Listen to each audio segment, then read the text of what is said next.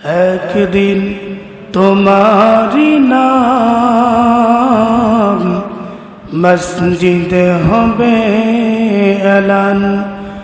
তৈরি থেকো তুমি, তৈরি রেখো, তৈরি থেকো তুমি, তৈরি রেখো কবরের মাল সামান। একদিন তোমারি নাম মসজিদে হবে এলান।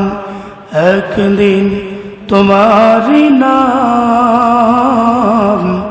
মসজিদে হবে এলান। সম্মানিত বন্ধুগণ আমার, আল্লাহ সুবহানাহু ওয়া তাআলা কোরআন আল কারীমটাকে নাযিল করে দিলেন। কোরআন আল কারীমের মধ্যে 114টি সূরা আল্লাহ পাক দিয়ে দিলেন। সেখান থেকে 49 নম্বর সূরা 26 নম্বর পারায় 13টি আয়াত দিয়ে একটি সূরা আল্লাহ পাক গঠন করে দিলেন। এই সূরার ভেতরে মোট আয়াত দিলেন 18টি, রুকু সংখ্যা দিলেন 2টি। এই সূরার ভিতরে কোনো সেজদার আয়াত আল্লাহ পাক দিলেন না। এবং এই সূরাটির নামকরণ আল্লাহ সুবহানাহু ওয়া তাআলা কোরআন আল কারীমে সূরাটির নামকরণ করেছেন সূরা আল হুজরাত। জোরে বলেন নাম কি? সূরা আল হুজরাত। এই সূরাটি আল্লাহ সুবহানাহু ওয়া তাআলা নাযিল করে দিলেন। আর এই কোরআন আল কারীমের সূরা হুজরাতের 13 নম্বর আয়াতে কারিমা আল্লাহ পাক নাযিল করে পৃথিবীর মানুষদেরকে জানায় দিলেন, পৃথিবীর মানুষ, ইন্না আকরামাকুম ইনদাল্লাহি আতকাকুম। জোরে বলেন আল্লাহু আকবার। আল্লাহ পাক বলেন, বান্দা, নিশ্চয়ই ওই ব্যক্তি আমি আল্লাহর কাছে অধিক পছন্দনীয়, যেই ব্যক্তি তাকওয়া অবলম্বন করে আমি আল্লাহ পাককে ভয় করেছে। আমি আল্লাহ পাককে, যে ব্যক্তি তাকওয়া অবলম্বন করে ভয় করেছে, ওই ব্যক্তিটাই আমি আল্লাহর কাছে সর্বাধিক পছন্দনীয় ব্যক্তি। চিৎকার দিয়ে বলেন সুবহানাল্লাহ। আল্লাহ পাক এই আয়াতটাকে বোঝাতে গিয়া মানুষের চেহারা সুন্দর হলেই যে সেই ব্যক্তি আল্লাহর কাছে পছন্দনীয় হবেন তা না। মানুষের অর্থ সম্পদ টাকা পয়সা থাকলেই যে মানুষ আল্লাহর কাছে পছন্দনীয় হবে সেটাও না। আল্লাহ পাক বলেন, আমি আল্লাহর কাছে পছন্দনীয় যদি হতে চাও তাহলে 1 নম্বরে তাকওয়া অবলম্বন করো, আর 2 নম্বরে আমি আল্লাহ পাককে ভয় করার মতো ভয় করো। তাহলে আমি আল্লাহর কাছে অধিক পছন্দনীয় হতে পারবা। জোরে বলেন সুবহানাল্লাহ। তাহলে তাকওয়া অবলম্বন করে আল্লাহ পাককে ভয় করার মতো ভয় যারা করতে পেরেছে বা যারা করেছে, আল্লাহ পাকের কাছে তারাই সর্বাধিক পছন্দনীয়, আল্লাহ পাকের কাছে গ্রহণযোগ্য ব্যক্তি হিসাবে কবুল হয়েছেন। জোরে বলেন সুবহানাল্লাহ। এই আয়াতটাকে বোঝানোর সুবিধার্থে আমি আপনাদেরকে মুসনাদে আহমদের 12,614 নম্বর হাদিস, সহিহ ইবনে হিব্বান 5,619 নম্বর হাদিস, সহিহ তিরমিজি শরীফের 240 নম্বর হাদিসটা আপনাদের সামনে বর্ণনা করতে চাই। আল্লাহর নবী জনাবে মুহাম্মদুর রাসূলুল্লাহর দরবারে একজন কালো কুৎসিত সাহাবী আসতেন। হযরত আনাস ইবনে মালিক রাদিয়াল্লাহু তাআলা বর্ণনা করেন, নবীজির দরবারে একজন কালো কুৎসিত সাহাবী আসতেন, যেই সাহাবীর নাম হলেন জহির বিন হারাম। জোরে বলেন নাম কি? জহির বিন হারাম। এই সাহাবী গ্রাম্য একজন সাহাবী, মাঝে মাঝেই নবীজির দরবারে আসতেন, নবীজির জন্য গ্রামের কিছু সবজি রাসূলের জন্য মহব্বতে নিয়ে আসতেন। রাসূল সেগুলো গ্রহণ করতেন এবং বেদুইন সাহাবী যখন রাসূলের দরবার থেকে চলে যাইতেন, রাসূল তাকে সদাই কিনে দিতেন। এক কথায় রাসূল হাদিয়া নিতেন, আবার সাহাবী যাওয়ার সময় রাসূল তাকে হাদিয়া দিয়ে বিদায় করতেন। জোরে বলেন সুবহানাল্লাহ। আল্লাহর নবীর দরবারে বেদুইন সাহাবী জহের বিন,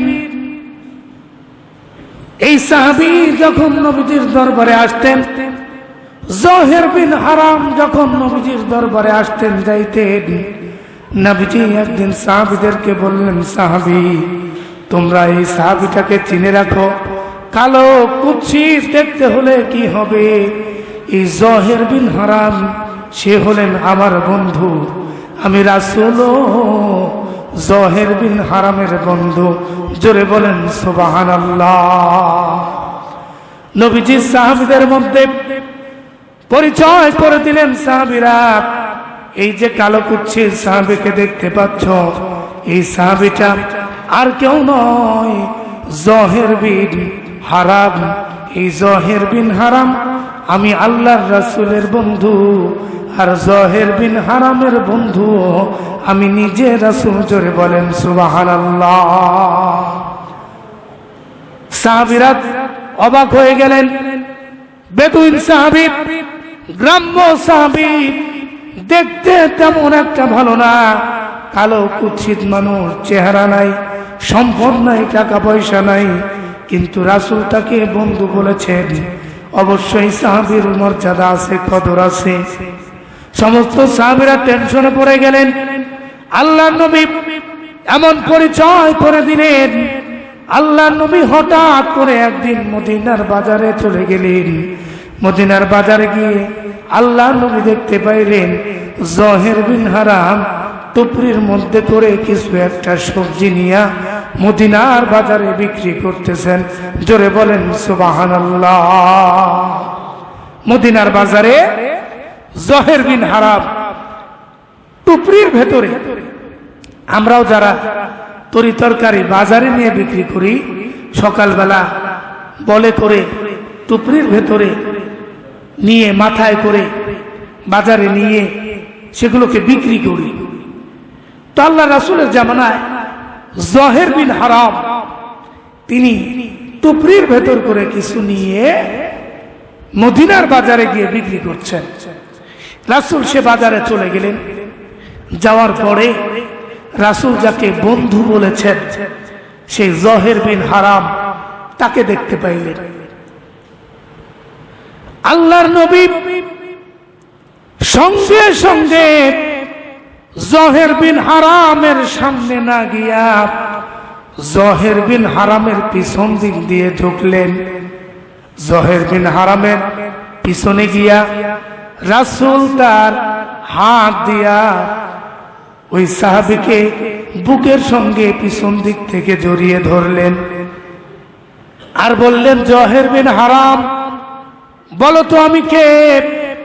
আমরাও দুনিয়ার বুকে একজন বন্ধু আর একজন বন্ধুর সঙ্গে অনেকদিন পরে যদি দেখা হয়, আমরা পিছন দিক দিয়ে চোখটা পিছন দিক থেকে হাত দিয়ে এঁটে ধরি আর বলি, বন্ধু বলো তো আমি কে?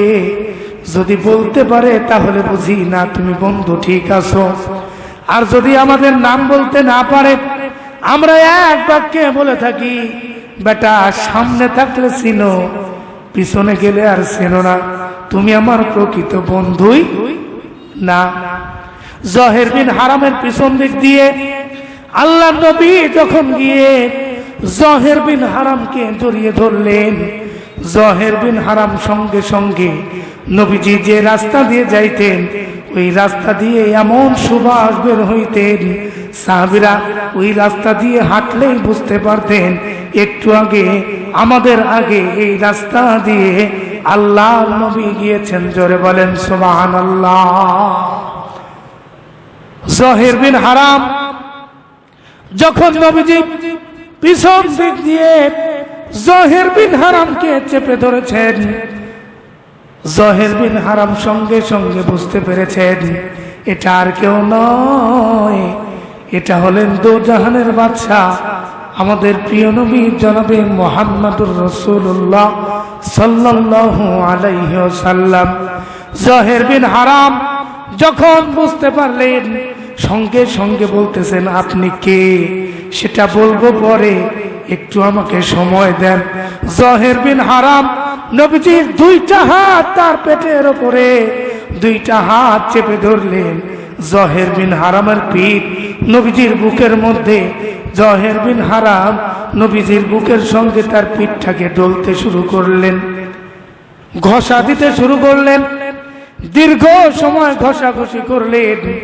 এরপরে বললেন নবীজি আপনি আর কেউ নয়, আপনি হলেন আল্লাহর বন্ধু জনাবে মুহাম্মদুর রাসূলুল্লাহ, আপনি আমারও বন্ধু সাল্লাল্লাহু আলাইহি ওয়াসাল্লাম।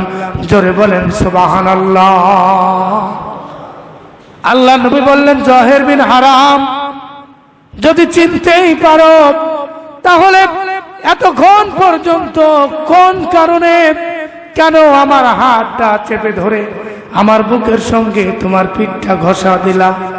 জহের বিন হারাম বলে নবী গো আমি তো গরিব মানুষ, আমি তো পাপী মানুষ, আমি তো জাহান্নামী মানুষ, আমি আপনার পিঠের সঙ্গে আমি আপনার বুকের সঙ্গে আমার পিঠটাকে এজন্যই ঘষলাম যাতে করে এর ওসিলায় আপনার বুকের সঙ্গে আমি জহের বিন হারামের পিঠটা লেগেছে, এর ওসিলা করে আল্লাহ পাক যেন আমাকে মাফ করে জান্নাত দান করেন। জোরে বলেন সুবহানাল্লাহ। জহের বিন হারামকে আল্লাহ নবী এমন কথা শোনার সঙ্গে সঙ্গে জহের বিন হারামকে নবীজি জড়িয়ে ধরলেন আর বললেন জহের তুমি কি বললা, তুমি তো এমনিতেই দামি মানুষ। সঙ্গে সঙ্গে নবীজি মদিনার বাজারে ঘোষণা দিয়ে বললেন কি আছো, কোথায় আছো? আমার এই বন্ধু আমার এই গোলামটাকে আমি বিক্রি করতে চাই, কে আসো? আসো জলদি করে আসো, আমি আমার এই গোলামকে আমি আমার এই বন্ধুকে বিক্রয় করতে চাই। জহের বিন হারাম কেঁদে ফেললেন আর বললেন নবীজি আমি জহের বিন হারামকে আপনি যদি বিক্রি করতে চান এই মদিনার বাজারে আপনি বেশি টাকা পাবেন না, কারণ আপনি এমন একজন গোলামকে বিক্রি করতে চাইলেন যে গোলামের চেহারা নাই, যে গোলাম দেখতে কালো কুৎসিত চেহারা, এই গোলামের দাম বেশি হবে না। এই গোলামকে বিক্রি করে আপনি নবীজি বেশি অর্থ পাবেন না, টাকা পাবেন না। নবীজি বললেন সাহাবী ও আমার বন্ধু জহের বিন হারাম তুমি শুনে নাও, তুমি আল্লাহর কাছে দুনিয়ার মানুষের কাছে যদি দামি নাও হও, তুমি আল্লাহর কাছে অধিক দামি, আল্লাহর কাছে অনেক পছন্দনীয় ব্যক্তি, আল্লাহর কাছে তোমার দাম এবং মর্যাদা দুনিয়ার অন্যান্য ব্যক্তিদের চাইতে বেশি। তার কারণ হলো ইন্না আকরামাকুম ইনদাল্লাহি আতকাকুম। জোরে বলেন আল্লাহু আকবার। আল্লাহ নবী বললেন জহের আল্লাহর কাছে ওই ব্যক্তি দামি যেই ব্যক্তি তোমার মতো ঈমান আনয়ন করে তাকওয়া অবলম্বন করে আল্লাহকে ভয় করেছে, তাদের দাম দুনিয়ার সব ব্যক্তির চাইতে আল্লাহর দরবারে বেশি। সুতরাং দুনিয়ার মানুষের কাছে তোমার দাম থাকুক আর না থাকুক, আল্লাহর কাছে তোমার মূল্য অনেক, দামটাও অনেক। জোরে বলেন সুবহানাল্লাহ। তাহলে বোঝা গেল যদি তাকওয়া অবলম্বন করতে পারি আর আল্লাহকে যদি ভয় করার মতো ভয় করতে পারি, তাহলে দুনিয়ার কেউ পছন্দ করুক আর না করুক, ভালোবাসুক আর না বাসুক, আমাকে আপনাকে যিনি পছন্দ করবেন, যিনি ভালোবাসবেন, যিনি ভালোবাসার চাদরে আমাদেরকে আবৃত করবেন, তিনি আর কেউ নয়, তিনি হলেন আমার আপনার রব আল্লাহ। জোরে বলেন সুবহানাল্লাহ। তাহলে সেই আল্লাহকে অন্তর থেকে দিল থেকে তাকওয়া অবলম্বন করে ভয় করার দরকার আছে না নাই? করব তো ইনশাআল্লাহ।